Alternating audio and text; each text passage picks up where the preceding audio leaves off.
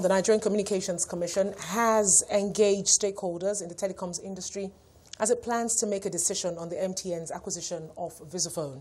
Olusola Teniola, president of the Association of Telecommunication Companies in Nigeria, joins me on the phone to discuss this story. Thank you so much for joining us on the show. Now, Shola, what do you make of what's happening right now, with MTN not being allowed to acquire Visafone? I understand Visafone is actually willing to transfer its license to MTN.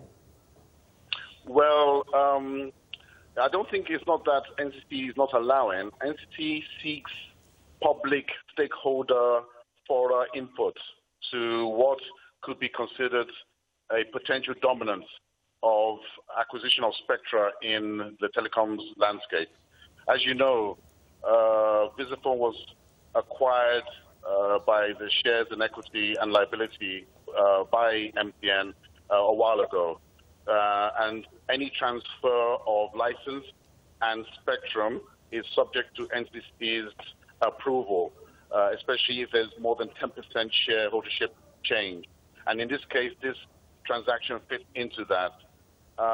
It would appear that there is precedent set in the industry where shares of licenses and spectra has been transferred to acquirers. But in the case of MTN, as we know, is a large player in the telco space, there are situations where some other players might feel that there's dominance, especially in terms of this scarce resource. Now, clearly, that is a major concern by some stakeholders, talking about the fact that this will create a monopoly for MTN. At the end of the day, of course, this is more, like you just mentioned, it's a public inquiry, really, to find out what's really playing out with Visafone and if, of course, it should go ahead to belong to MTN. But with stakeholders raising this as a major concern, how do you see this scaling through at the end of the day? The availability of spectra should be given in a manner that allows universal access and pervasiveness of broadband. And I believe this situation gives NCC an opportunity to address that. An acquisition by a company of other companies' assets, should go ahead, naturally. But if you have a situation where other players don't have access to similar spectrum, then there could be deemed an unfair and unequal playing field. So my suggestion and ACOM's position is that NCC should use this opportunity to allow broadband-type spectrum to be made available to other players that are willing to roll out services that can improve the penetration of the current 21% broadband penetration to at least 30 and beyond going forward. Well, let's just go back a bit, on MTN. I mean, it's not been all rosy with the government and regulators in the past. As part of what I call it, measures to take, of course, to call MTN to order. MTN, of course, also has to register with the NSC to begin with, and we're yet to see that unfold. How do you see this impacting MTN's decision, of course, to be a listed company?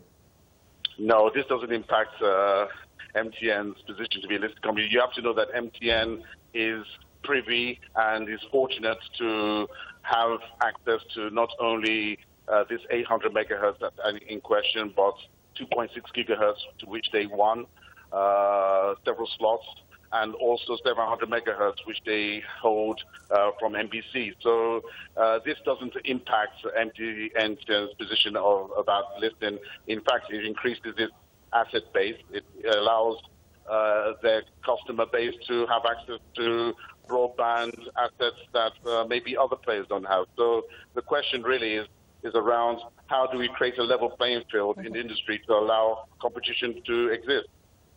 So clearly you've actually just raised that question, and you've mentioned clearly that that falls on the desk of the that falls on the desk of the regulator to sort that out at the end of the day. Now, do you think that the stakeholders would actually take it at the end of discussions and whatnot? In as much as, yes, MTN has the financial backing, whatever it is, to operate within this space, how do you see stakeholders getting a bit of what is before them today?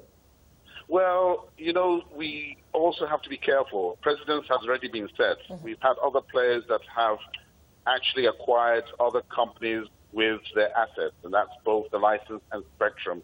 So we can't really legally now say that one company, just because of their size, they cannot now go through and conclude on an acquisition. I think that would set a bad taste to future efficiencies and scales that are required to grow this industry. Okay. My sense is that NCC will look at the inputs that they received yesterday from the deliberations and then make the right choice as to how they deal with this particular issue, so it doesn't set a precedent that is not fair to other future deals that might come up of similar nature.